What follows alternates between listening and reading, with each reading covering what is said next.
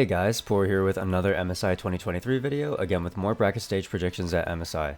This video will cover T1 versus BLG, a matchup I definitely wasn't expecting, but am very happy to see since it's one of the LPL LCK matchups that hasn't happened yet. Since I already went over the teams and their player breakdowns in each prior prediction video, this will be a shorter one where I just go over what their recent series was like and who I think will take the match.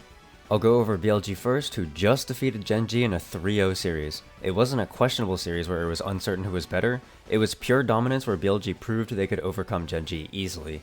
The only game that was even remotely close in kills was Game 2, but even that one didn't feel close while watching. I don't know how you can go from dropping games to both NA and EU to demolishing the LCK 1 seed, but BLG is proving to be an analyst's worst nightmare. The two big performers in this series were Elk and Bin, who stepped up and carried different games. I was very impressed with how Bin handled Game 1 on Jax, as it felt like his positioning was making it absolutely impossible for Pace to hit in teamfights.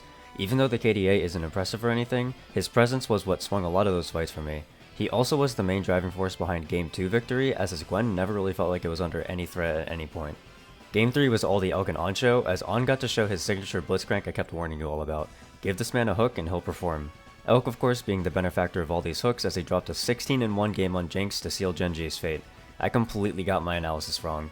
It wasn't BLG's offense that was too weak to penetrate Gen G's defense, it was Gen G's slow pace that simply couldn't keep up with BLG's volatility. T1's most recent showing was their 5-game series against JDG, which a lot of people are considering the best series of the year so far.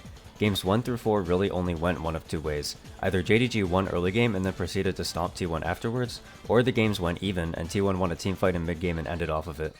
The really interesting one was Game 5, which was back and forth the whole time. Ruler had a massive gold lead over Guma early, but T1 spotted out a moment where Guma was sitting on IE and Ruler was only on RFC and components, so they forced a Baron contest that swung the game in their favor. At this point, I was thinking T1 had it in the bag. Then, they saw an angle to fight 4v5 and got wiped and completely lost tempo of the game. The matchups between Ruler Guma and Night Faker definitely did not disappoint, and we got to see Domestic Knight show up internationally for maybe the first time ever. While my prediction for this one was also wrong, it was a banger of the series that I'd watch a repeat of. In fact, the series is a strong argument for why double elimination is in fact not boring. I see plenty of people saying double elim is bad because it lowers the stakes of a match and creates repetitive future games. To that, I ask if you really truly deep down are disappointed in the possibility of seeing T1 and JDG duke it out in yet again another 5-game banger. So how do these teams stack up? Well, going off of just prior performances is a bit tricky this time.